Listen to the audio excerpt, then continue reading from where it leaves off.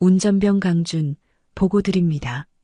한민석의 시선이 백미러에 고정되었습니다. 왼쪽 목 아래로 희미하게 드러난 흉터가 그의 심장을 멈춰 세웠죠. 출생지는 보육원입니다, 사단장님. 20년 전 의료기록의 한 줄이 머릿속에서 되살아났습니다. 남아 경부혈관 봉합흉 있음. 한민석의 손이 차량 문고리 위에서 떨렸습니다.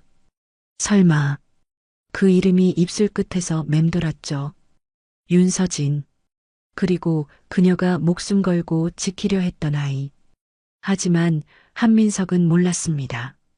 이 운명적 만남이 20년간 숨겨진 거대한 진실을 폭로하는 시작이 될 거라는 것을, 그리고 누군가는 이 비밀이 밝혀지는 것을 막으려 모든 수단을 동원할 거라는 것을.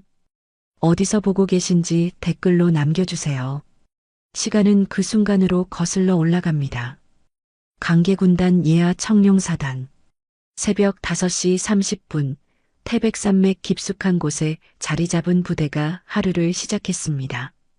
산 능선 사이로 스며드는 차가운 공기가 병영 전체를 깨우며 곳곳에서 들려오는 구령 소리와 군화 발걸음이 하나둘 모여 아침의 리듬을 만들어냅니다. 전체 집합. 간부들의 목소리가 산자락에 메아리치는 가운데 신병 강주는 어깨를 곧게 펴고 서 있었습니다. 20살 남자의 얼굴엔 아직 어린 기색이 남아 있었지만 그 눈빛만큼은 또래보다 훨씬 진중했습니다. 마른 체형의 맑은 눈매, 살짝 까무잡잡한 피부가 새벽 햇살에 드러났죠. 그리고 왼쪽 목 아래로 희미하게 드러난 흉터가 아침 빛에 살짝 비쳤습니다. 오늘이 청룡사단 전입 첫날이었습니다. 보육원에서 자란 그에게 군대는 그저 또 다른 집단 생활의 연장일 뿐이었죠. 하지만 여기선 달랐습니다. 모든 것이 규율과 질서로 움직이고 한 번의 실수도 용납되지 않는다는 걸 금세 깨달았습니다. 주변 선임들의 시선이 따갑게 느껴졌지만 강준은 묵묵히 자신의 자리를 지켰습니다. 운전병 강준, 사단장님 차량 배치. 정무철 상사의 거친 목소리가 훈련장을 가로질러 날아왔습니다. 46살의 나이답게 얼굴 곳곳에 새겨진 주름과 비아냥거리는 듯한 눈빛이 신병을 압박했습니다. 체격이 크고 목소리가 굵직한 그는 후임 괴롭히기로 유명했죠. 특히 강준처럼 배경이 없는 신병에겐 더욱 가혹했습니다. 네, 알겠습니다. 강준이 불이 나게 달려가자 정무철은 코웃음을 쳤습니다. 주변 부사관들이 듣도록 일부러 큰 소리로 말했죠. 보육원 출신이라더니 어디서 굴러먹던 놈인지 뻔하네. 이런 애들이 제일 골치 아파. 차가운 시선들이 강준을 향해 쏟아졌지만 그는 얼굴색 하나 변하지 않았습니다. 이미 익숙한 일이었거든요. 어릴 때부터 받아온 시선들, 그 무게를 견디는 법을 너무도 잘 알고 있었습니다. 사단장 전용 차량은 본부 건물 앞에 정차해 있었습니다. 검은색 승용차로 번호판에는 특별한 표식이 새겨져 있었죠. 강준은 차량 앞에 똑바로 선 채 한민석 소장이 나타나기를 기다렸습니다. 주변에선 다른 운전병들이 분주히 움직이고 있었고 간부들의 지시 소리가 끊이지 않았습니다. 오전 8시 정각, 본부 건물 현관문이 열리며 한민석이 걸어 나왔습니다. 키 180cm의 단단한 체격에 검게 그을린 피부, 짧게 다듬어진 머리카락까지 모든 것이 완벽했습니다. 군복의 깃은 한치의 흐트러짐도 없이 반듯하게 세워져 있었고 가슴에 달린 부대마크와 계급장이 아침 햇살에 반짝였죠. 그의 발걸음 하나하나엔 30년 군 생활의 무게가 실려 있었습니다. 이목구비가 날카롭고 눈빛은 냉철했지만 자세히 들여다보면 그 깊숙한 곳에 무언가 다른 감정이 숨어 있는 듯 했습니다. 늘 말수가 적지만 한마디 한마디에 무게가 있어서 부하들은 그의 지시를 절대적으로 따랐죠. 운전병 강준, 보고 드립니다. 강준의 목소리가 새벽 공기를 가로질렀습니다. 정확한 발음과 또렷한 어조였죠. 한민석은 천천히 고개를 들어 신병을 바라봤습니다. 그리고 그 순간 시간이 멈춘 듯 했습니다. 왼쪽 목 아래로 살짝 드러난 희미한 흉터. 그 위치와 모양이 한민석의 기억 깊숙한 곳을 강하게 건드렸습니다. 20년 전 해외 파병 당시 야전병원에서 의료진이 건넨 한 장의 문서. 그 종이에 적힌 문구가 머릿속에서 선명하게 되살아났습니다. 남아 경부혈관 봉합흉 있음. 출생 시 응급수술로 인한 흔적으로 추정됨. 한민석의 손이 차량 문고리 위에서 잠시 멈췄습니다. 냉철하던 눈빛이 미묘하게 흔들렸죠. 마치 오래된 상처가 다시 아프기 시작하는 것 같았습니다. 하지만 그는 수십 년간 쌓아온 절제력으로 곧 평상시의 표정을 되찾았습니다. 출생지는 어디인가? 예상치 못한 질문이었습니다. 보통 사단장이 신병 개인사에 관심을 보이는 일은 거의 없었거든요. 강준은 잠시 당황했지만 곧 또박또박 답했습니다. 보육원입니다, 사단장님. 어느 보육원인가? 서울 은광 보육원입니다. 한민석의 눈빛이 더욱 깊어졌습니다. 20살 청년의 맑은 눈동자 속에서 묘한 친숙함을 느꼈습니다. 아니, 그보다는 그리움에 가까운 감정이었죠. 무언가 소중했던 것을 잃어버린 듯한 공허함과 동시에 그것을 다시 찾은 듯한 설렘이 교차했습니다. 차량 안으로 들어서면서도 한민석의 시선은 계속 백미러에 머물렀습니다. 강준의 뒷모습이 점점 작아져가는 걸 바라보며 마음속 깊은 곳에서 무언가가 꿈틀거리기 시작했습니다. 그리고 그의 입에서 작은 속삭임이 흘러나왔습니다. 설마. 그 이름이 마음속에서 되살아났습니다. 윤서진. 20년 전 사랑했던 여인의 이름이었죠. 대학에서 사회복지학을 전공했던 그녀. 따뜻한 미소와 왼쪽 눈가의 작은 보조개로 언제나 세상을 밝게 바라보던 그녀. 얼굴형이 부드럽고 웃을 때마다 환하게 빛나던 그 모습이 어제 일처럼 생생했습니다. 교통사고였습니다. 임신 8개월이던 그녀가 트럭과 충돌해 중상을 입었고 의료진은 산모와 아이 중 하나만 살릴 수 있다고 했죠. 그녀는 마지막 순간까지 아이를 선택했습니다. 한민석이 그녀의 손을 잡고 있던 순간 그녀가 마지막으로 남긴 말이 아직도 귓가에 맴돌았습니다. 민석아, 우리 아이 잘 부탁해. 하지만 그는 파병 명령을 받았고 급하게 해외로 떠나야 했습니다. 그 후로는 그녀의 아이가 어떻게 됐는지 알 길이 없었죠. 다만 친구를 통해 보육원으로 보내졌다는 소식만 들었을 뿐이었습니다. 은광 보육원이라는 이름도 그때 들었던 기억이 있었습니다. 창밖으로 부대의 일상이 흘러갔습니다. 훈련장에서 들려오는 구호 소리, 급하게 뛰어가는 병사들의 발걸음, 그리고 저 멀리서 울려 퍼지는 나팔 소리까지. 모든 것이 평범한 하루의 시작처럼 보였지만 한민석의 마음속엔 20년 동안 잠들어 있던 파도가 일기 시작했습니다. 차량이 부대 정문을 지나칠 때 강준이 다시 차량 앞에 섰습니다. 짧은 머리카락 사이로 보이는 목선과 그 희미한 흉터가 한민석의 눈에 다시 들어왔습니다. 20년이라는 세월이 만들어낸 우연일까요? 아니면 운명이었을까요? 군 생활 30년 동안 수많은 부하들을 거느려 왔지만 이런 감정은 처음이었습니다. 마치 잃어버린 퍼즐 조각을 찾은 듯한 기분이랄까요?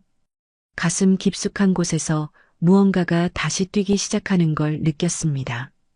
그런데 그런 한민석의 시선을 지켜보는 또 다른 눈이 있었습니다. 이광표 군수과장이 멀찍이 서서 사단장의 표정 변화를 놓치지 않고 있었죠. 검은 뿔테 안경 너머로 번뜩이는 그의 눈빛엔 계산이 숨어 있었습니다. 날카로운 얼굴형에 항상 얄미운 미소를 띠고 있는 그는 사단 내 모든 일을 자신의 이익으로 연결시키는데 탁월했습니다. 흥미롭네. 이광표가 혼잣말로 중얼거렸습니다. 사단장이 신병 하나에게 보이는 관심이 심상치 않다는 걸 직감적으로 알아챈 것이죠. 한편 헌병대 소속 유지연 중사도 멀리서 이 모든 광경을 지켜보고 있었습니다. 단정한 단발머리에 냉정하고 침착한 태도를 유지하고 있었지만 그녀의 눈빛엔 예리한 관찰력이 숨어 있었죠. 부대 내에서 일어나는 모든 일을 놓치지 않는 것이 그녀의 특기였습니다. 새벽의 청룡사단에 무언가 새로운 기운이 흐르기 시작했습니다. 아직은 아무도 모르는 이야기였지만 운명의 톱니바퀴가 천천히 돌아가고 있었습니다. 그리고 그 중심에는 한민석과 강준이 있었죠. 20년 전의 약속과 상처, 그리고 지금 이 순간의 만남이 어떤 결과를 가져올지 아무도 예상할 수 없었습니다. 하지만 분명한 건 이 만남이 단순한 우연이 아니라는 것이었습니다. 전입 사흘째 차량대대 정비소는 이른 아침부터 소란스러웠습니다. 정무철 상사의 목소리가 건물 전체를 뒤흔들며 울려 퍼졌죠. 강준, 이리 당장 와봐. 체격이 크고 얼굴에 잔주름이 깊게 패인 정무철은 눈빛이 교활하게 번뜩였습니다. 46살의 나이치고는 험한 일을 많이 겪어온 듯한 모습이었죠. 말투는 거칠고 비아냥거리기 일쑤였는데 특히 배경이 약한 후임들에게는 더욱 가혹했습니다. 강준이 뛰어오자 정무철은 사단장 전용 차량을 가리키며 소리쳤습니다. 사단장 차에 먼지라도 있으면 너 책임이야. 알겠나? 네, 알겠습니다. 알긴 뭘 알아, 이 새끼가. 신병교육이라는 게 원래 이런 거야. 내가 뭔지도 모르면서 까불지 말고. 정무철의 목소리엔 악의가 섞여 있었습니다. 후임 괴롭히기를 일상으로 여기는 그에게 강준은 좋은 먹잇감이었죠. 보육원 출신이라는 배경 때문에 누구도 강준을 감싸주지 않을 거라는 걸 잘 알고 있었습니다. 그날부터 강준의 고통이 시작됐습니다.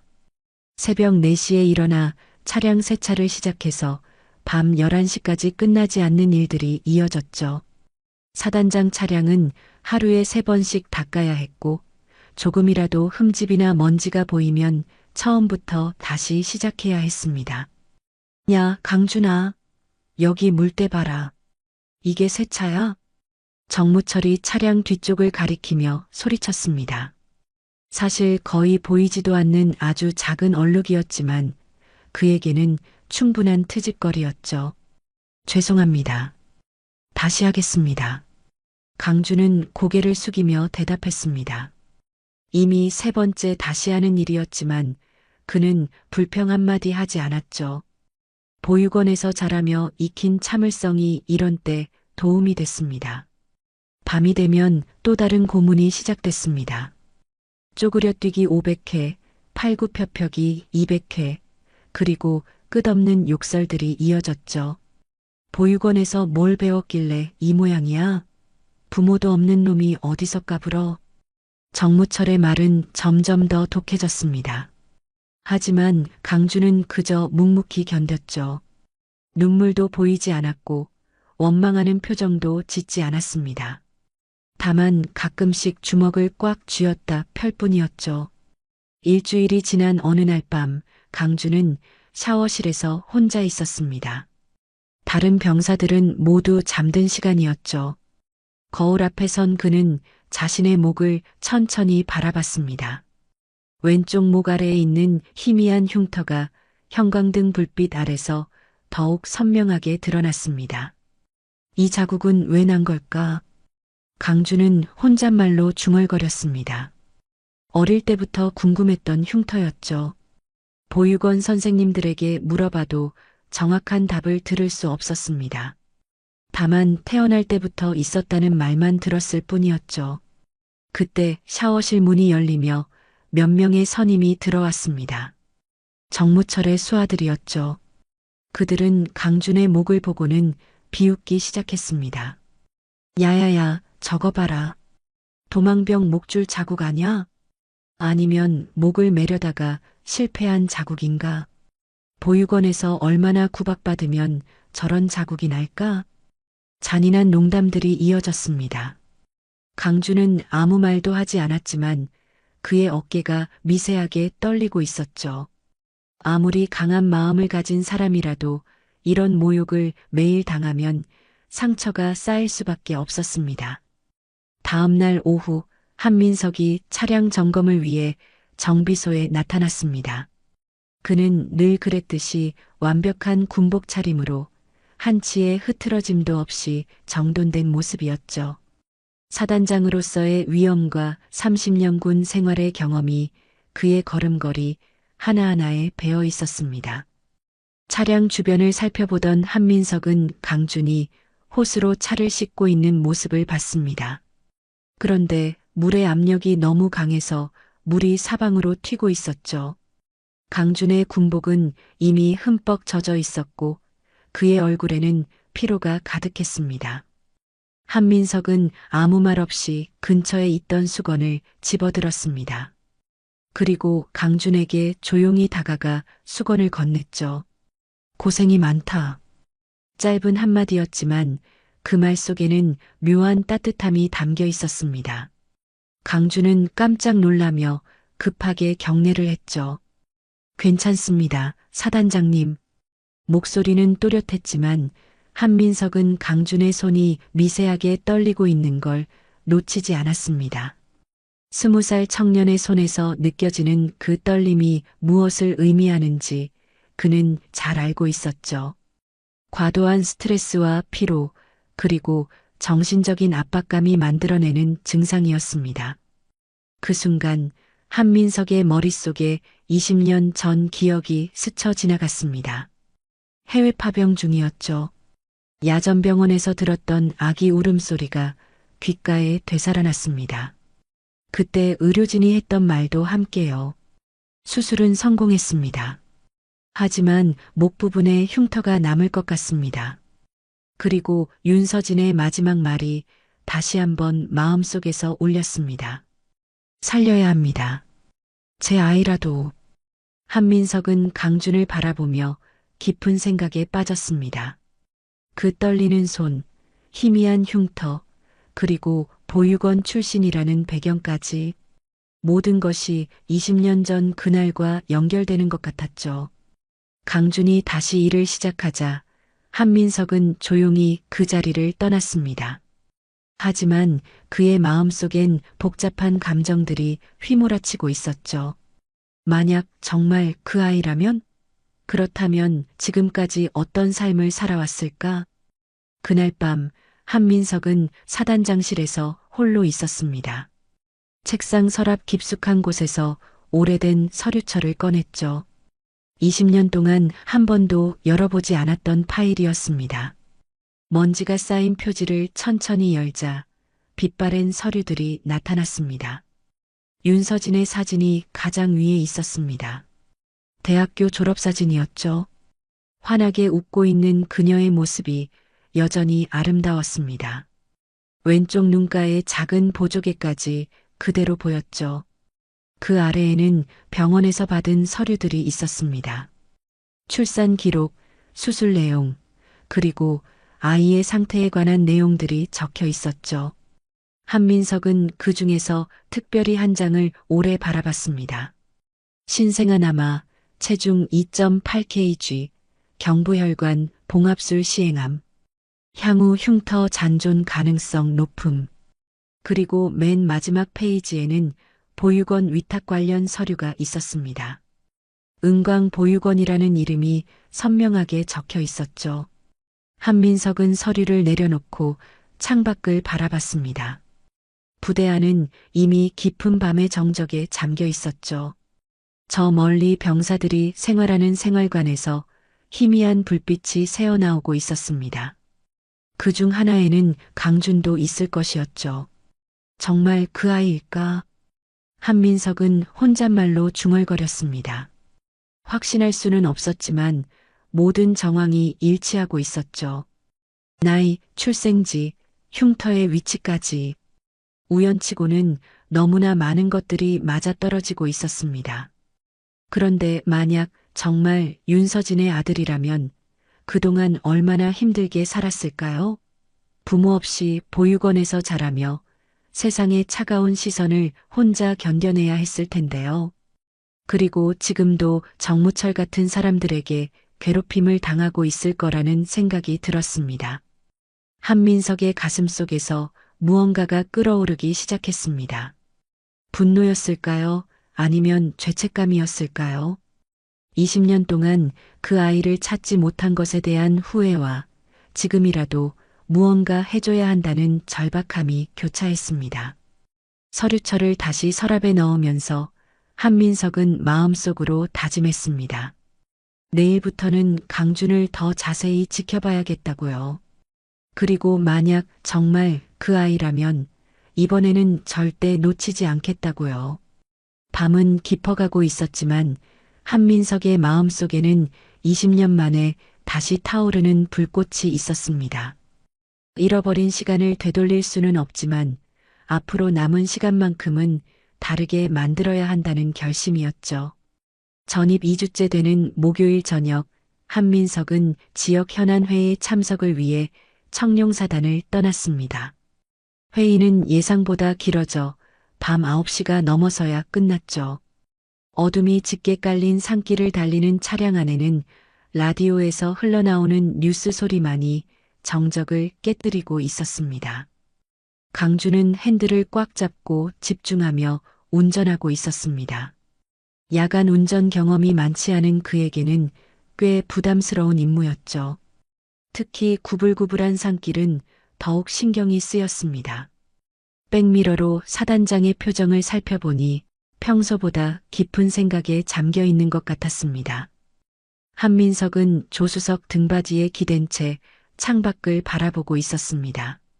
차창에 비친 강준의 뒷모습이 자꾸만 시선을 끌었죠. 지난 며칠 동안 계속 마음속을 맴돌던 의문들이 다시 고개를 들었습니다. 이제는 더 이상 참을 수 없었습니다. 그 상처는 언제 생겼나? 갑작스러운 질문에 강준은 잠시 놀랐습니다. 핸들을 잡은 손에 힘이 들어갔죠. 평소 말수가 적은 사단장이 개인적인 질문을 하는 일은 거의 없었거든요. 아기 때 수술 자국이래요, 사단장님. 강준의 목소리는 조심스러웠습니다. 그리고 잠시 침묵이 흐른 뒤 더 작은 목소리로 덧붙였죠. 엄마는 돌아가셨답니다. 한민석의 눈빛이 순간 크게 흔들렸습니다. 가슴 깊숙한 곳에서 무언가가 터져 나오는 것 같았죠. 20년 전 그날의 기억이 파도처럼 밀려왔습니다. 윤서진이 마지막 순간에 했던 말, 그녀의 따뜻한 손길, 그리고 갓난아기의 울음소리까지. 보육원에서는 아무것도 가르쳐 주지 않았나? 그냥 수술 자국이라고만 들었습니다. 자세한 건 모르죠. 강준의 담담한 대답이 한민석의 마음을 더욱 아프게 했습니다. 20년 동안 자신의 출생에 대해 제대로 알지 못한 채 살아온 것이죠. 부모에 대한 기억도 사랑받았던 기억도 없이 홀로 세상을 살아온 것입니다. 차량은 부대 정문을 통과했고 곧 본부 건물 앞에 도착했습니다. 한민석은 차에서 내리면서 강준을 한 번 더 바라봤습니다.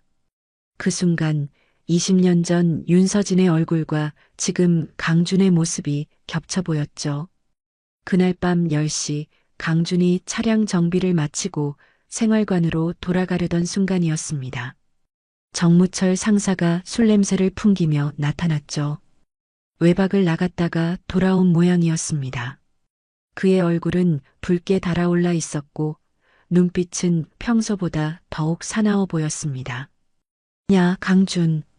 정무철의 목소리에는 악의가 가득했습니다. 술이 들어가면 그의 성격은 더욱 거칠어졌죠. 별 따보겠다고 사단장 차 몰지? 무슨 말씀이신지 모르겠습니다. 강준이 조심스럽게 대답했지만 정무철은 이미 트집을 잡을 준비가 되어 있었습니다. 모른다고? 사단장님이랑 단둘이 나가서 뭔 얘기를 했는데 업무 외에는 아무 말씀도 하지 않으셨습니다. 거짓말하지 마. 내가 다 봤어. 사단장님이 너한테 특별히 관심 보이는 거.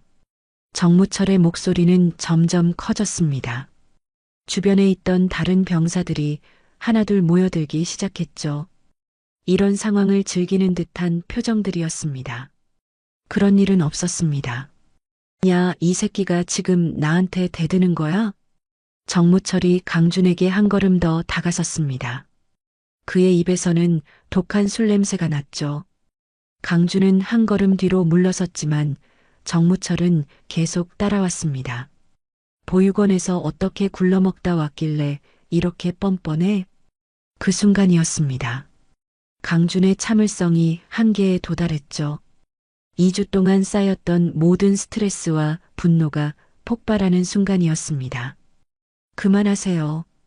강준이 소리치며 정무철의 가슴을 손으로 밀쳤습니다. 강하지는 않았지만 술에 취한 정무철이 비틀거릴 정도였죠. 주변이 순식간에 조용해졌습니다. 정무철의 얼굴이 순간 일그러졌습니다. 그리고 곧 음흉한 미소를 지었죠.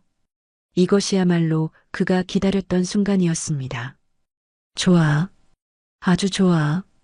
정무철은 천천히 일어나며 중얼거렸습니다. 주변의 병사들을 향해 소리쳤죠. 다들 봤지? 이 새끼가 상관에게 손을 댔어. 상사님, 그게 아니라. 다른 병사 하나가 말하려 했지만 정무철의 눈빛에 움츠러들었습니다. 누구도 강준을 편들려 하지 않았죠. 다음 날 아침 정무철은 즉시 보고서를 작성했습니다. 내용은 사실과는 전혀 달랐죠. 강준 이병 상관에게 불손한 태도로 물리적 폭력 행사, 군기 위반 및 상명하복 원칙 위배. 보고서에는 정무철의 일방적인 주장만이 담겨 있었습니다. 강준이 먼저 시비를 걸었고 술 취한 상관에게 폭력을 휘둘렀다는 내용이었죠. 목격자들의 진술도 정무철에게 유리하게 조작되었습니다. 이광표 군수과장이 그 보고서를 받았습니다. 검은 뿔테 안경 너머로 번뜩이는 그의 눈빛에는 계산이 숨어 있었죠. 날카로운 얼굴형에 항상 얄미운 미소를 띠고 있는 그는 이 상황을 자신에게 유리하게 활용할 방법을 이미 생각하고 있었습니다. 흥미로운 일이군. 이광표는 혼잣말로 중얼거렸습니다. 사단장이 특별히 관심을 보이던 신병이 문제를 일으켰다는 것이 그에게는 절호의 기회였죠. 며칠 뒤 부대 내 익명 게시판에 이상한 글이 올라왔습니다. 사단장 운전병 단둘이 야간 외출하는 거 봤는데 이게 정상인가요? 글은 익명으로 올라왔지만 누가 썼는지는 뻔했습니다. 이광표의 수법이었죠. 그는 이런 식으로 소문을 퍼뜨리는데 능숙했습니다. 게시글은 삽시간에 부대 전체로 퍼졌습니다. 병사들 사이에서 수군거림이 시작됐고 곧 온갖 추측들이 난무했죠. 사단장님이 신병한테 특별히 잘해주신다던데 뭔가 특별한 관계가 있는 건 아닐까? 아니면 뒷배경이 있는 거 아냐? 루머는 눈덩이처럼 커져갔습니다. 강준은 어디를 가든 시선을 받았고 수군거리는 소리가 끊이지 않았죠. 그의 얼굴은 점점 굳어갔습니다. 헌병대 소속 유지연 중사가 이 상황을 예의주시하고 있었습니다. 단정한 단발머리에 냉정하고 침착한 태도를 유지하고 있었지만 그녀의 눈빛은 예리했죠. 부대 내에서 일어나는 모든 일을 관찰하는 것이 그녀의 임무였고 이번 사건도 예외가 아니었습니다. 며칠 후 강준은 공식적으로 조사 대상이 되었습니다. 군기위원회가 소집되었고 정무철의 보고서를 바탕으로 한 조사가 시작되었죠. 강준에게는 변명할 기회조차 제대로 주어지지 않았습니다. 한민석은 이 모든 상황을 지켜보며 침묵했습니다. 사단장으로서 공정성을 유지해야 한다는 명분 때문이었죠. 하지만 그의 마음속에는 복잡한 감정들이 휘몰아치고 있었습니다. 강준이 정말 윤서진의 아들이라면 지금 이 순간 그를 도와줘야 하는 것 아닐까요? 하지만 확실한 증거도 없이 감정적으로 행동할 수는 없었습니다. 사단장이라는 자리의 무게가 그를 짓누르고 있었죠. 그날 밤 한민석은 다시 한번 오래된 서류철을 꺼냈습니다. 윤서진의 사진을 오래 바라본 뒤 마음속으로 다짐했습니다. 이제는 감정이 아닌 증거로 싸워야 한다고요. 강준이 정말 그 아이인지 확실히 알아내야 하고 만약 그렇다면 정당한 방법으로 그를 보호해야 한다고요. 하지만 시간은 흘러가고 있었고 강준을 둘러싼 상황은 점점 더 나빠지고 있었습니다. 정무철과 이광표의 음모는 치밀했고 강준은 그들의 덫에 완전히 빠져든 상태였죠. 부대 안의 분위기는 더욱 어수선해졌습니다. 소문은 계속 퍼져나갔고 강준은 점점 더 고립되어 갔습니다. 그를 믿어주는 사람은 거의 없었죠. 한민석은 이제 중요한 결단을 내려야 했습니다. 감정에 흔들리지 말고 냉정하게 진실을 찾아내야 했죠. 그리고 그 진실이 무엇이든 정의로운 방법으로 해결해야 했습니다. 20년 전의 약속이 그의 마음속에서 다시 한번 울렸습니다. 윤서진의 마지막 말이 더욱 선명해졌죠. 이제는 더 이상 뒤로 물러설 수 없었습니다. 강준을 둘러싼 루머가 사흘째 이어지던 금요일 오전, 한민석은 마침내 결단을 내렸습니다. 사단장실에 홀로 앉아있던 그는 펜을 들어 공문을 작성하기 시작했죠. 한자 한자 신중하게 써내려간 글씨에는 20년 동안 묻어두었던 의지가 담겨 있었습니다. 2005년 파병지원단 의료기록 열람 요청. 공문의 제목이었습니다. 그는 잠시 펜을 멈추고 창밖을 바라봤죠. 훈련장에서 들려오는 구호 소리가 귓가에 울렸지만 그의 마음은 이미 20년 전 그날로 돌아가 있었습니다. 오후 2시 한민석은 직접 의무대로 향했습니다. 의무대는 본부 건물에서 조금 떨어진 곳에 위치해 있었죠. 하얀 십자가 표시가 선명한 건물 앞에 서자 복잡한 감정이 밀려왔습니다. 의무대 직원은 사단장이 직접 찾아온 것에 당황했습니다. 30대 중반으로 보이는 군의관이 급하게 일어나 경례를 했죠. 사단장님, 무슨 일로 오셨습니까? 20년 전 파병 관련 의료 기록을 찾고 있다. 한민석의 말에 군의관은 더욱 당황한 표정을 지었습니다. 20년 전 자료라니, 그것도 파병 관련이라니. 상식적으로 생각해봐도 불가능한 요청이었죠. 20년 전 자료면 이미 폐기됐을 겁니다. 의료기록 보존 기간이 7년이거든요. 파병 관련 의료기록은 일반 진료기록과 별도로 장기 보존되지 않습니까? 한민석의 질문에 군의관이 잠시 생각했습니다. 아, 그렇긴 하지만 혹시 다른 곳에 보관된 자료는 없을까요? 글쎄요. 아마 전사나 이전 자료들은 대부분 그때였습니다. 의무대 입구에 익숙한 인물이 나타났죠. 희끗한 머리에 검게 그을린 손, 두툼한 작업복을 입은 남자였습니다. 최만호 원사였죠. 71살의 나이에도 불구하고 그의 걸음은 여전히 당당했습니다. 전직 정비참모 원사로 현재는 군 내 민간기술 고문으로 활동하고 있었죠. 언제나 기름때 묻은 수첩을 들고 다니며 정비와 기록에 관한 한 살아있는 전설로 통했습니다. 민서가 최만호의 목소리가 의무대 안을 울렸습니다. 한민석은 반가운 표정으로 고개를 돌렸죠. 20년 전 파병 시절을 함께한 전우였습니다. 원사님, 어떻게 여기에? 전기 장비 점검차 왔다가 내 목소리를 들었지. 무슨 일이야? 한민석은 잠시 망설였습니다. 하지만 최만호라면 믿을 수 있었죠. 그는 조용한 목소리로 상황을 설명했습니다. 20년 전 파병 당시 의료 기록을 찾고 있습니다. 최만호의 눈빛이 예리해졌습니다. 오랜 군 생활로 다져진 직감이 무언가를 감지한 것 같았죠. 기록은 정비 같아요. 나사 하나라도 남아있으면 찾을 수 있지. 최만호는 의무대 직원을 향해 말했습니다. 그의 목소리에는 수십 년 경험에서 나오는 자신감이 배어 있었죠. 전사나 이전 자료들이 보존 창고에 있을 겁니다. 제가 직접 확인해 보겠어요. 그 시각 부대 다른 편에서는 또 다른 움직임이 있었습니다. 헌병대 소속 유지연 중사가 강준에게 조용히 접근한 것이죠. 유지연은 단정한 단발머리에 냉정하고 침착한 태도를 유지하고 있었습니다.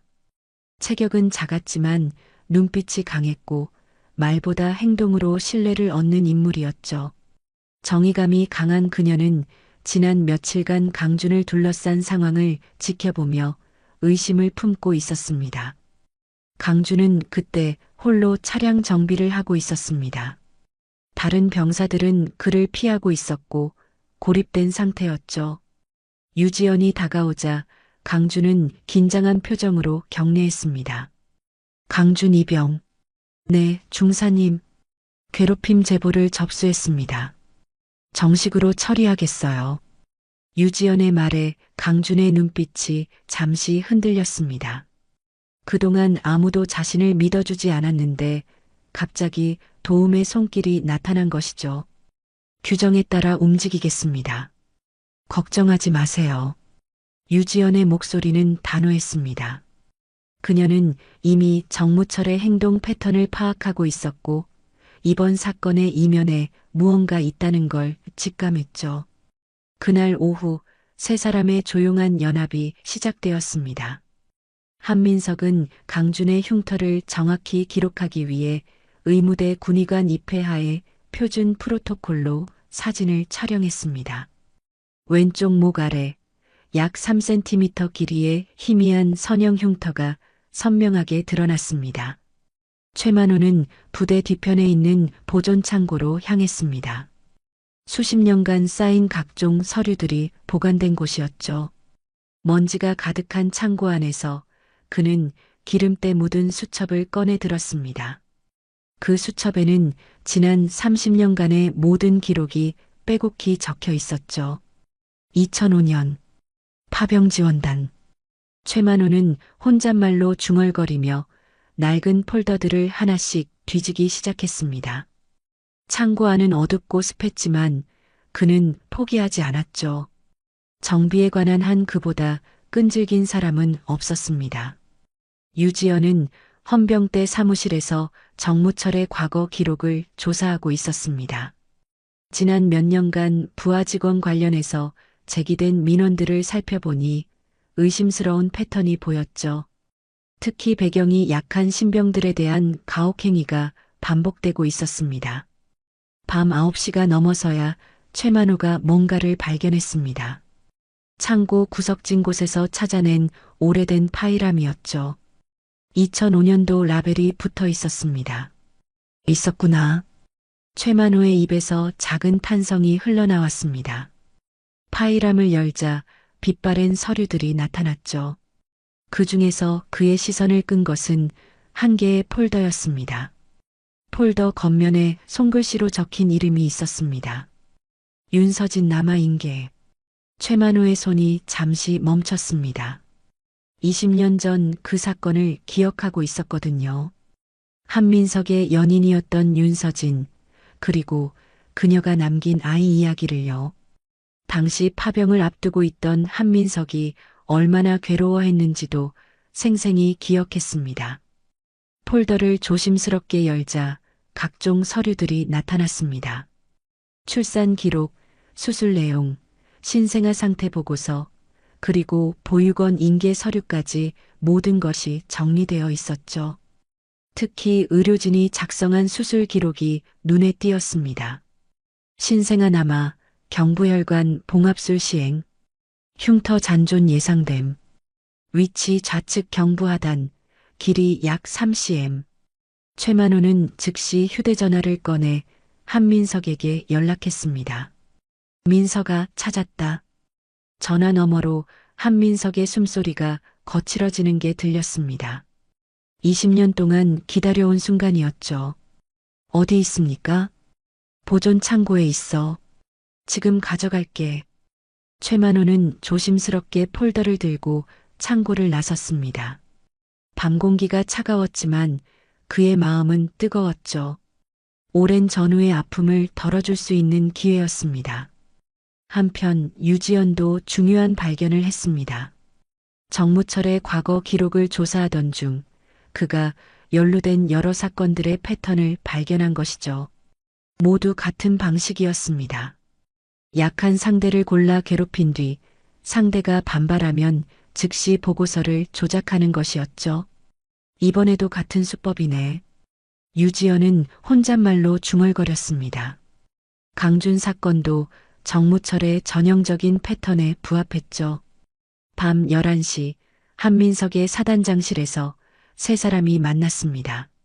최만호가 가져온 폴더를 펼쳐놓자 20년 전의 진실이 서서히 드러나기 시작했습니다. 출생 기록상의 날짜와 강준의 나이가 정확히 일치했습니다. 흉터 위치와 크기도 의료 기록과 완벽히 맞아떨어졌죠. 그리고 무엇보다 보육원 인계 서류에 적힌 곳이 은광보육원이었습니다. 한민석은 서류를 바라보며 손을 떨었습니다. 20년 동안 찾던 답이 눈앞에 있었죠. 강준이 정말 윤서진의 아들이었던 것입니다. 이제 어떻게 하실 겁니까? 유지연이 조심스럽게 물었습니다. 한민석은 잠시 침묵했다가 단호하게 대답했죠. 진실을 밝혀야 합니다. 정당한 방법으로요. 세 사람의 얼굴에 결의가 서려 있었습니다. 이제 본격적인 반격이 시작될 차례였죠. 20년 동안 숨겨져 있던 진실이 세상에 드러날 준비가 되어 있었습니다. 그들의 조용한 연합은 단순히 강준을 보호하는 것을 넘어 부대 내 부조리를 바로잡는 더 큰 의미를 가지고 있었습니다. 정의는 때로 늦을 수 있지만 결코 사라지지 않는다는 것을 보여주려 했죠. 밤은 깊어가고 있었지만 세 사람의 마음속에는 새벽에 대한 희망이 자라고 있었습니다. 6개월 후 청룡사단은 완전히 새로운 모습으로 변해 있었습니다. 본부 건물 1층에는 신병인권센터라는 새로운 간판이 걸려 있었죠. 투명한 유리문 너머로 상담실과 신고센터가 보였습니다. 24시간 운영되는 이곳에서는 어떤 부조리도 숨겨질 수 없었죠. 정비고에는 최신식 전산 추적 시스템이 도입되었습니다. 모든 장비와 연료 사용 내역이 실시간으로 기록되고 관리되었죠. 최만호 원사가 설계한 이 시스템은 완벽했습니다. 나사 하나까지도 추적 가능한 정밀함을 자랑했죠. 언론들이 앞다퉈 보도했습니다. 군이 바뀌었다는 제목의 기사들이 연일 나왔죠. 청룡사단의 변화는 정군의 모범 사례가 되었습니다. 투명성과 정의가 구현된 부대로 인정받게 된 것이죠.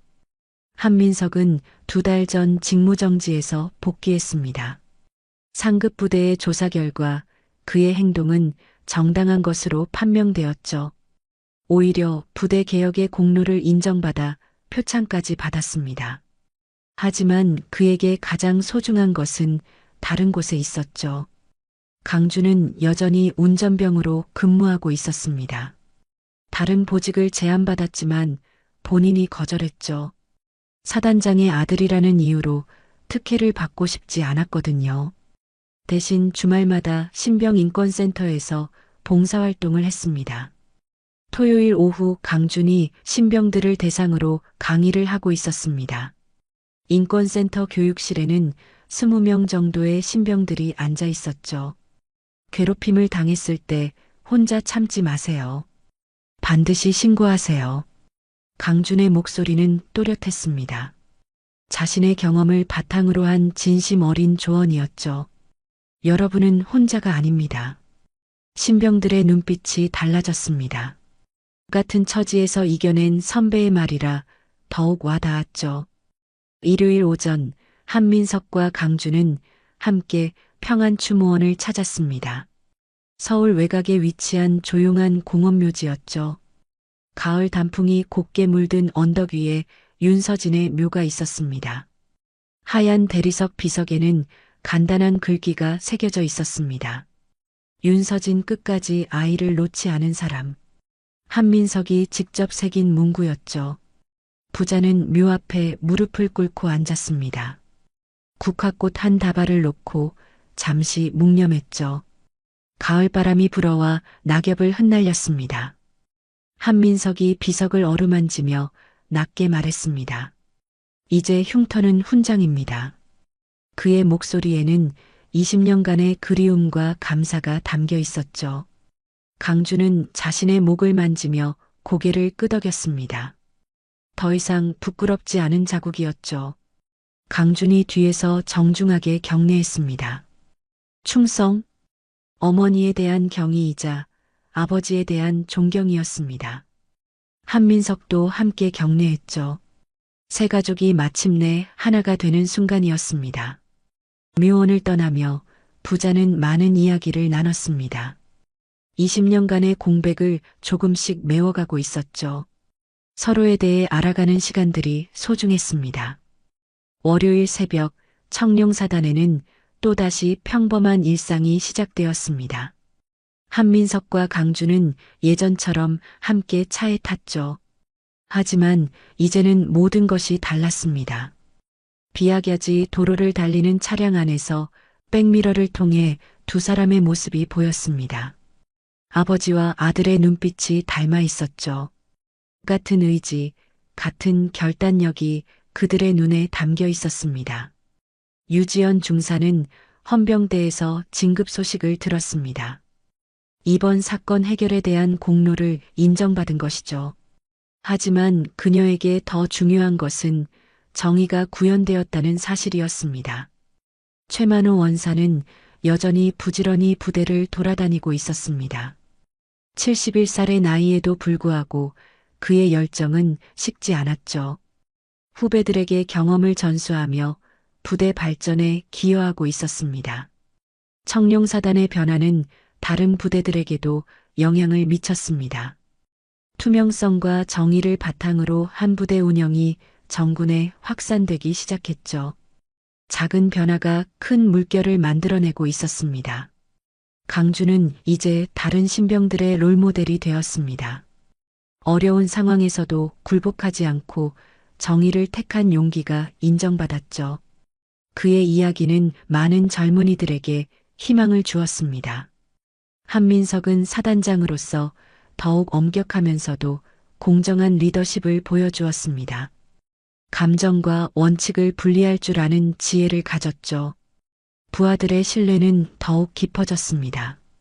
어느 날 저녁 강준이 한민석에게 물었습니다. 제가 전역하면 뭘 해야 할까요? 한민석은 잠시 생각한 뒤 대답했습니다. 내가 하고 싶은 일을 하면 됩니다. 어머니처럼 다른 사람을 도우는 일이든 아니면 전혀 다른 길이든. 강준은 고개를 끄덕였습니다.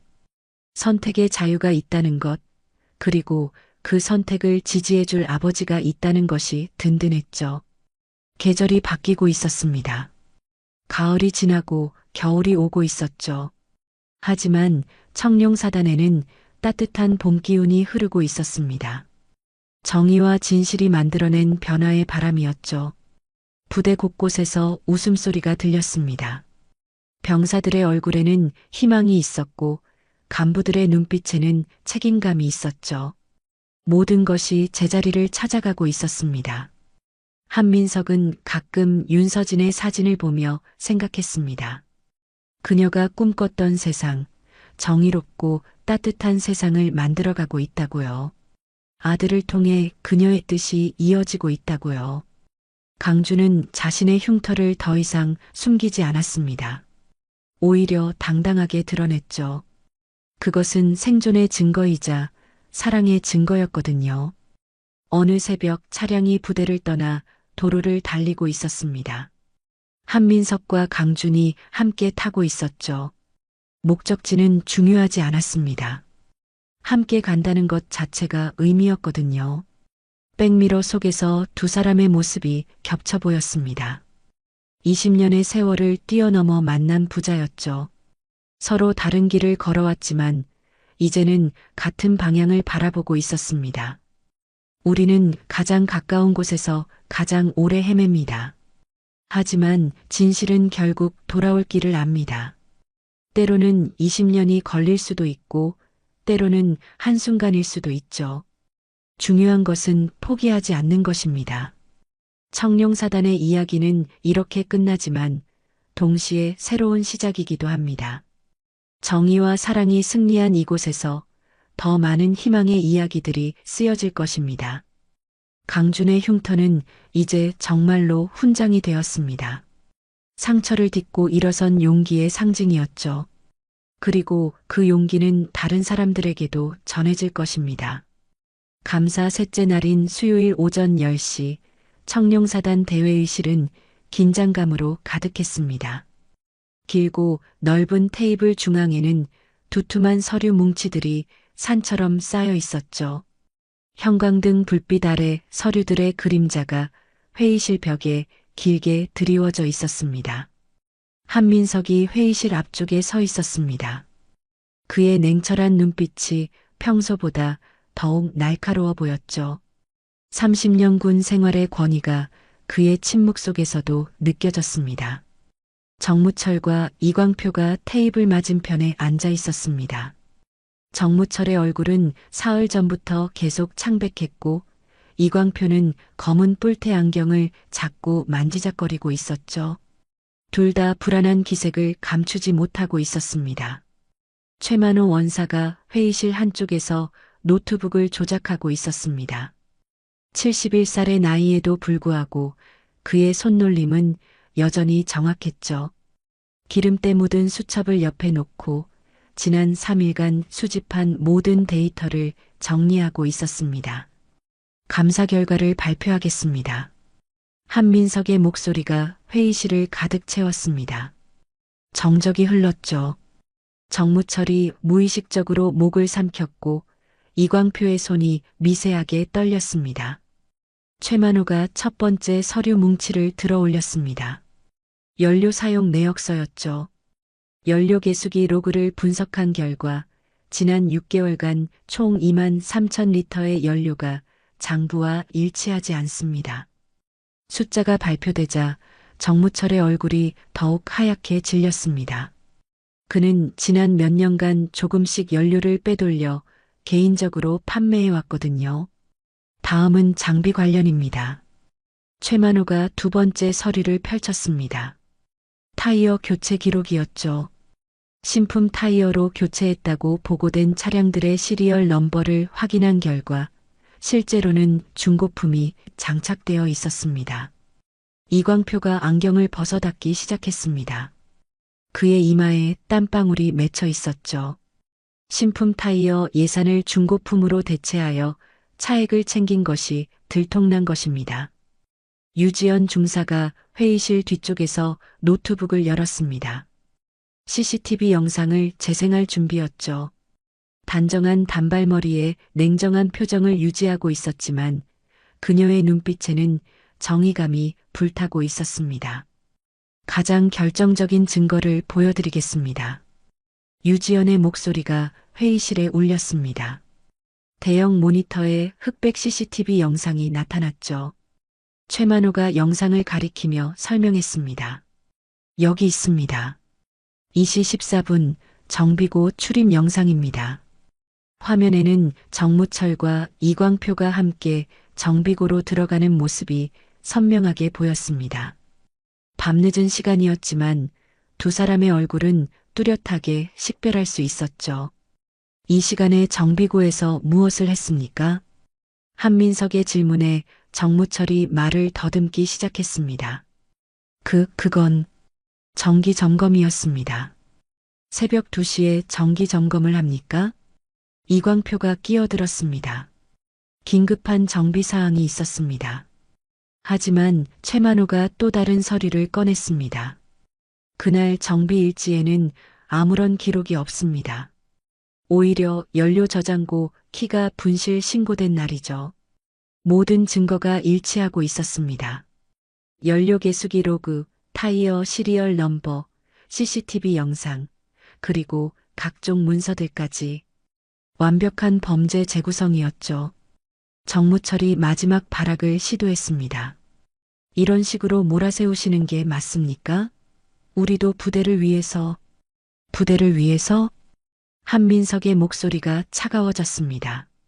그리고 천천히 마지막 서류 한 장을 펼쳤죠. 회의실 안의 모든 시선이 그 서류로 향했습니다. 누렇게 바랜 병원 기록지였죠. 윤서진. 2005년 4월 긴급이송 산모. 남아인계. 한민석이 서류를 읽어 내려갔습니다. 그의 목소리에는 20년 동안 묻어두었던 감정이 스며들어 있었죠. 경부혈관 봉합흉 있음.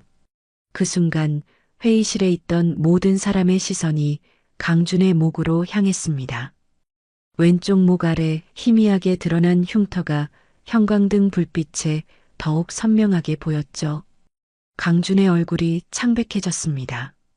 무슨 말인지 이해할 수 없었지만 자신과 관련된 이야기라는 것은 직감적으로 알 수 있었죠. 정무철이 비웃는 듯한 표정을 지었습니다. 또 쇼입니까? 이제 연민으로 상황을 바꾸려고 하시는 겁니까? 한민석이 정무철을 똑바로 바라봤습니다. 그의 눈빛에는 20년 동안 쌓여온 모든 감정이 응축되어 있었죠. 그 아이가 살아 있었습니다. 한민석의 목소리는 조용했지만 회의실 전체를 압도했습니다. 정적이 흘렀죠. 강준이 떨리는 목소리로 물었습니다. 사단장님, 그게 무슨... 당신의 어머니는 윤서진입니다. 20년 전 당신을 낳기 위해 자신의 생명을 바친 분이죠. 한민석의 말에 강준의 눈에서 눈물이 흘러내리기 시작했습니다. 20살 평생 알지 못했던 자신의 정체성이 밝혀지는 순간이었죠. 그리고 저는 한민석이 잠시 망설였습니다. 하지만 이제 모든 것을 말할 때가 왔죠. 저는 당신의 어머니를 사랑했던 사람입니다. 회의실이 완전한 정적에 빠졌습니다. 정무철과 이광표도 상황의 심각성을 깨달았죠. 이것은 단순한 비리 조사를 넘어선 무언가였습니다. 유지연이 조용히 다른 서류들을 정리하고 있었습니다. 비리 관련 모든 증거가 확보된 상태였죠. 이제 법적 처리만 남은 상황이었습니다. 최만호가 기름때 묻은 수첩을 덮으며 중얼거렸습니다. 20년 만에 찾았구나. 그의 목소리에도 감동이 섞여 있었습니다. 오랜 전후의 아픔이 마침내 치유되는 순간을 지켜보고 있었거든요. 강준은 아직도 상황을 완전히 이해하지 못하고 있었습니다. 하지만 한 가지는 확실했죠. 자신이 혼자가 아니라는 것, 그리고 자신을 사랑한 사람들이 있었다는 것이었습니다. 한민석이 강준에게 다가갔습니다. 그리고 조용히 말했죠. 이제 모든 것을 설명해 드리겠습니다. 정무철이 마지막으로 반박하려 했지만 이미 모든 증거가 나와 있는 상황에서 변명의 여지는 없었습니다. 이광표도 마찬가지였죠. 회의실 밖에서는 헌병들이 대기하고 있었습니다. 곧 구속영장이 집행될 예정이었죠. 하지만 이것이 끝이 아니었습니다. 정무철과 이광표는 아직 마지막 카드를 남겨두고 있었거든요. 그들의 반격이 시작될 참이었습니다. 한민석은 이 모든 상황이 아직 끝나지 않았다는 것을 알고 있었습니다. 진짜 싸움은 이제부터 시작이었죠. 하지만 이번에는 혼자가 아니었습니다. 강준이 있었고 최만호와 유지연이 있었습니다. 20년 만의 재회는 이렇게 시작되었습니다. 눈물과 감동 속에서 하지만 여전히 해결해야 할 문제들이 남아있는 상황에서 말이죠. 감사 결과가 발표된 지 일주일 후 청룡사단에는 엄숙한 분위기가 흘렀습니다. 처벌 결과가 공식 발표되었거든요. 정무철 상사는 군기교육명령 및 군사재판 회부로 전역심의 처분을 받았습니다. 이광표 군수과장은 즉시 해임되어 군복을 벗게 되었죠. 오상우 주임원사는 정직 3개월 처분과 함께 다른 부대로 전출 명령이 내려졌습니다. 부대 안은 숙연했습니다. 그동안 권력을 휘둘렀던 사람들이 하루아침에 사라진 것이죠. 병사들은 조심스럽게 수군거렸지만 대부분은 시원해하는 기색이었습니다. 정의가 구현된 것에 대한 안도감이었죠. 한민석은 그 다음 날 더욱 중요한 결정을 내렸습니다. 사단장실에서 공문을 작성하고 있었죠. 검은 펜으로 한 글자 한 글자 신중하게 써내려갔습니다. 직무정지 자청서. 한민석은 스스로 직무정지를 요청했습니다. 개인적인 문제로 인해 공정성에 의문이 제기될 수 있다는 이유였죠. 그리고 동시에 친자 확인 검사를 공식 요청했습니다. 며칠이 흘렀습니다. 한민석과 강주는 각각 검사를 받았죠. DNA 샘플 채취는 간단했지만 그 결과를 기다리는 시간은 길게 느껴졌습니다. 일주일 후 목요일 오후 청룡사단 의무대 상담실에서 결과 발표가 있었습니다. 밀폐된 공간에는 한민석과 강준, 그리고 검사 결과를 전달할 군의관만 있었죠. 상담실은 작고 조용했습니다. 하얀 벽면에는 의료 관련 포스터들이 붙어 있었고 중앙에는 작은 테이블과 의자 3개가 놓여 있었죠. 형광등 불빛이 차가우면서도 밝게 공간을 비추고 있었습니다. 군의관이 봉투를 천천히 열었습니다. 그의 손도 미세하게 떨리고 있었죠. 이런 상황을 겪어본 경험이 별로 없었거든요. 검사 결과를 발표하겠습니다. 군의관의 목소리가 상담실에 울렸습니다. 한민석과 강준의 시선이 모두 그에게 집중되었죠. 부자관계로 강력 추정됩니다. 확률 99.97%입니다. 순간 상담실에 정적이 흘렀습니다.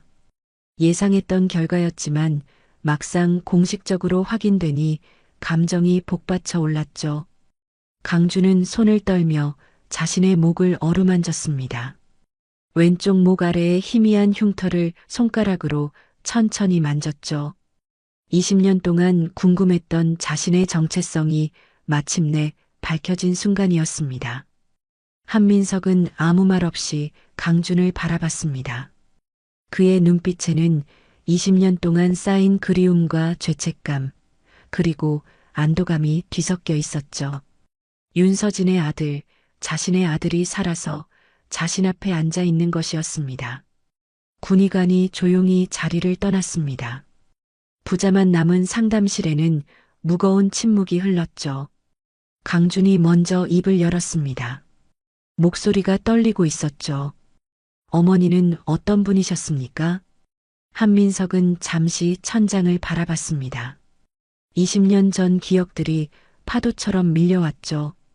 윤서진의 따뜻한 미소, 왼쪽 눈가의 작은 보조개, 그리고 사회복지학을 공부하며 세상을 도우려 했던 그녀의 마음까지 끝까지 아이만 살리고 떠난 사람입니다.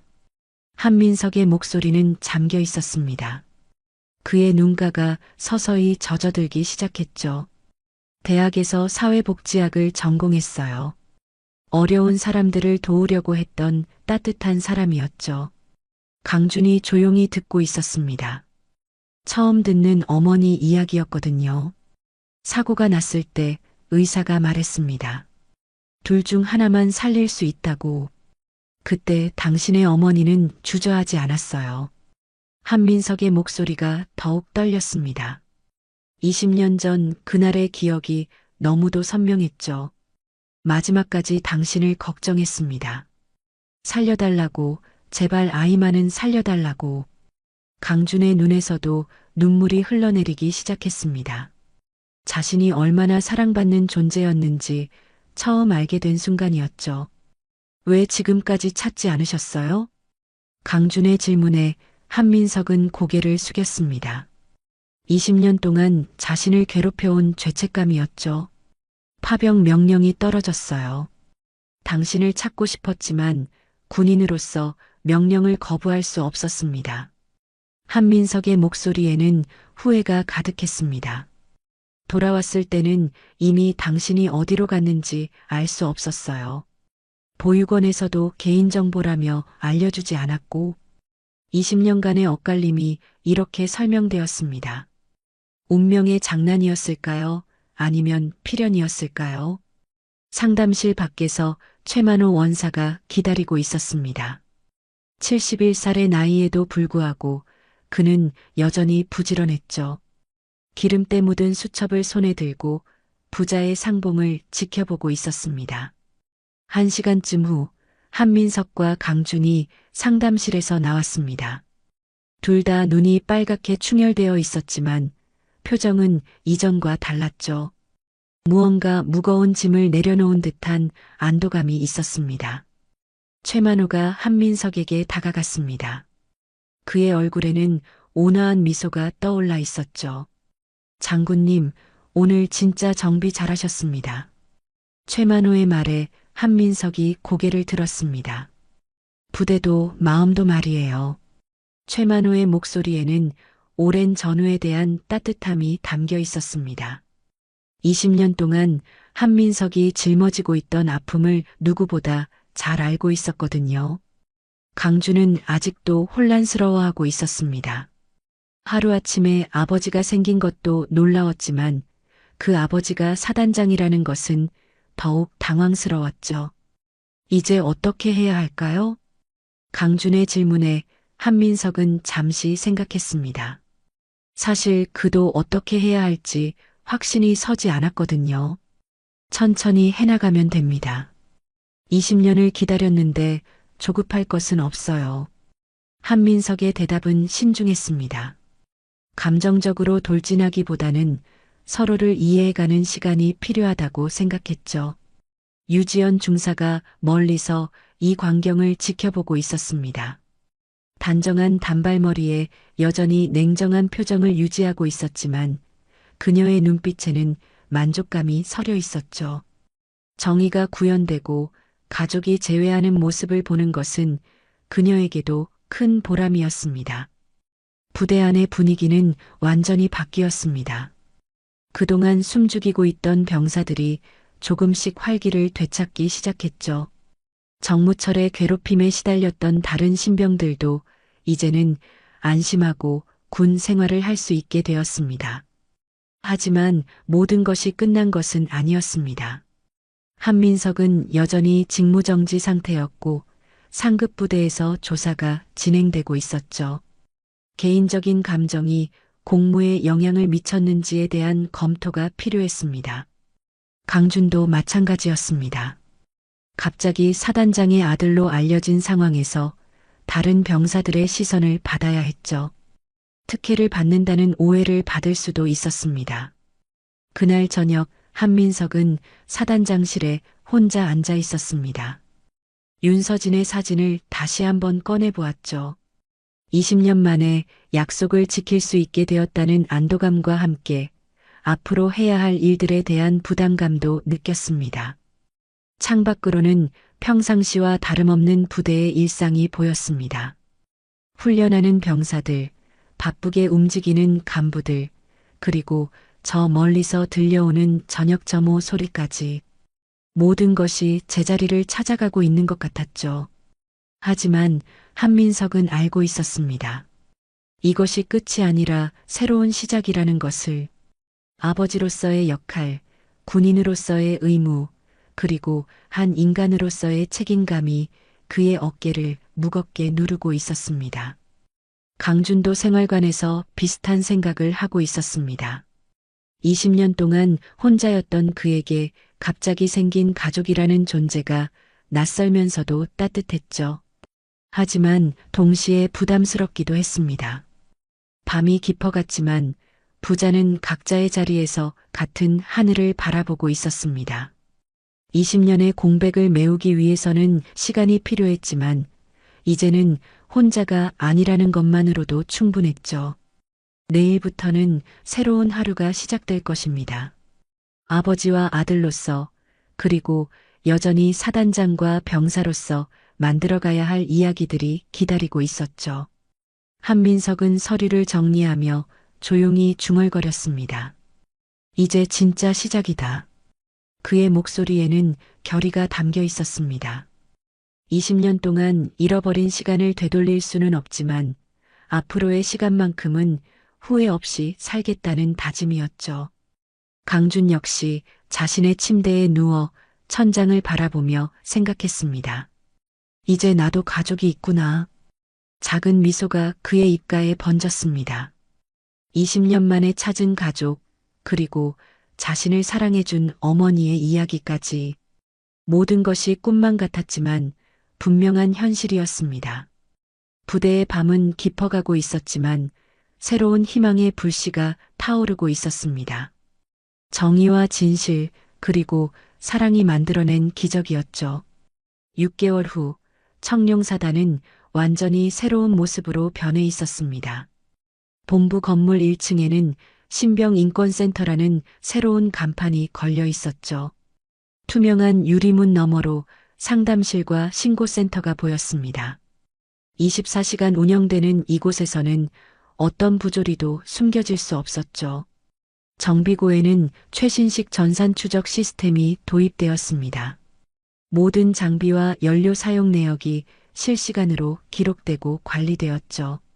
최만호 원사가 설계한 이 시스템은 완벽했습니다. 나사 하나까지도 추적 가능한 정밀함을 자랑했죠. 언론들이 앞다퉈 보도했습니다. 군이 바뀌었다는 제목의 기사들이 연일 나왔죠. 청룡사단의 변화는 정군의 모범 사례가 되었습니다. 투명성과 정의가 구현된 부대로 인정받게 된 것이죠. 한민석은 2달 전 직무정지에서 복귀했습니다.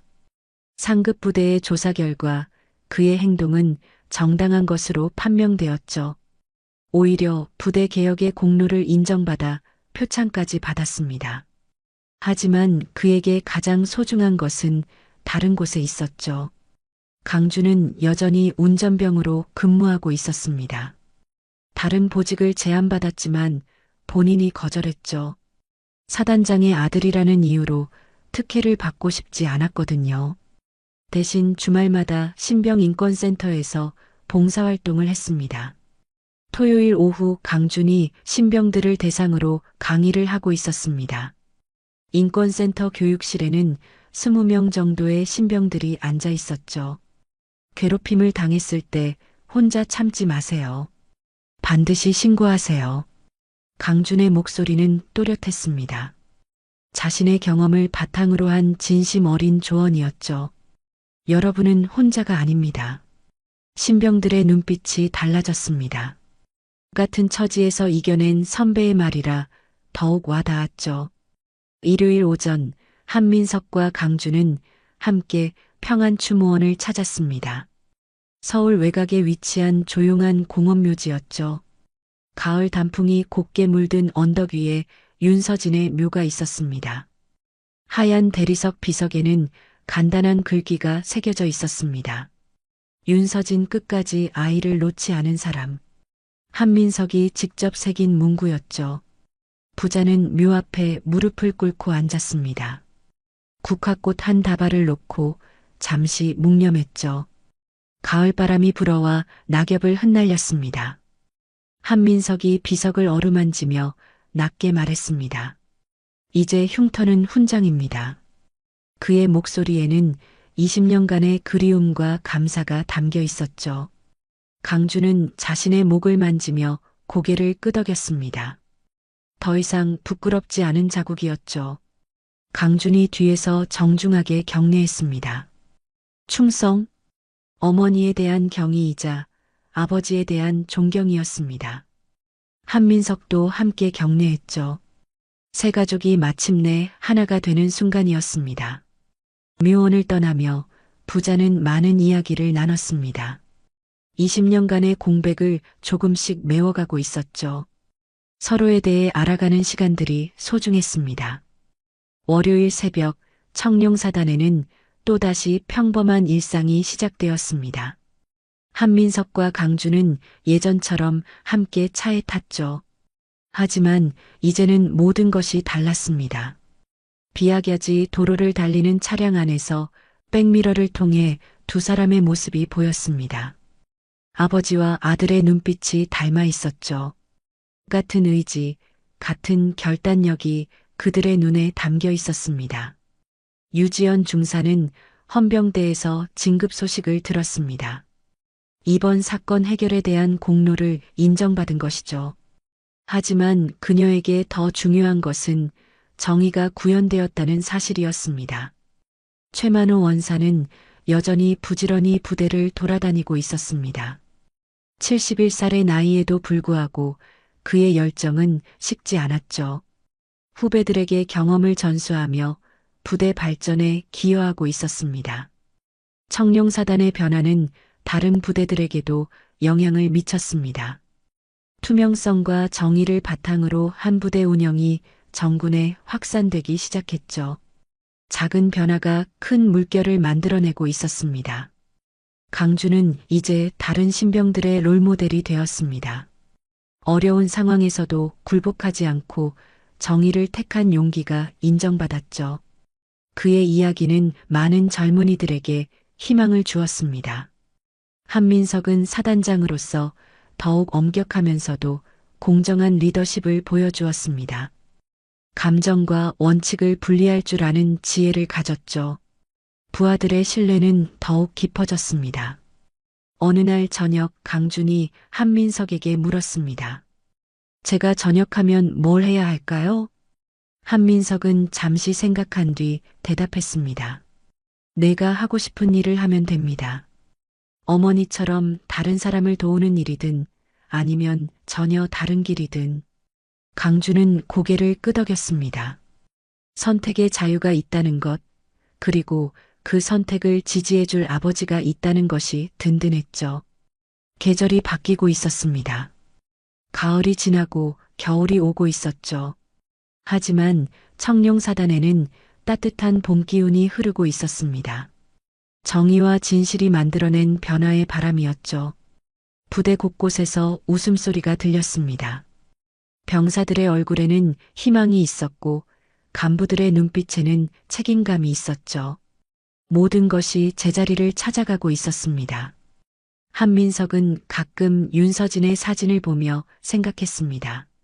그녀가 꿈꿨던 세상, 정의롭고 따뜻한 세상을 만들어가고 있다고요. 아들을 통해 그녀의 뜻이 이어지고 있다고요. 강주는 자신의 흉터를 더 이상 숨기지 않았습니다. 오히려 당당하게 드러냈죠. 그것은 생존의 증거이자 사랑의 증거였거든요. 어느 새벽 차량이 부대를 떠나 도로를 달리고 있었습니다. 한민석과 강준이 함께 타고 있었죠. 목적지는 중요하지 않았습니다. 함께 간다는 것 자체가 의미였거든요. 백미러 속에서 두 사람의 모습이 겹쳐 보였습니다. 20년의 세월을 뛰어넘어 만난 부자였죠. 서로 다른 길을 걸어왔지만 이제는 같은 방향을 바라보고 있었습니다. 우리는 가장 가까운 곳에서 가장 오래 헤맵니다. 하지만 진실은 결국 돌아올 길을 압니다. 때로는 20년이 걸릴 수도 있고 때로는 한순간일 수도 있죠. 중요한 것은 포기하지 않는 것입니다. 청룡사단의 이야기는 이렇게 끝나지만 동시에 새로운 시작이기도 합니다. 정의와 사랑이 승리한 이곳에서 더 많은 희망의 이야기들이 쓰여질 것입니다. 강준의 흉터는 이제 정말로 훈장이 되었습니다. 상처를 딛고 일어선 용기의 상징이었죠. 그리고 그 용기는 다른 사람들에게도 전해질 것입니다.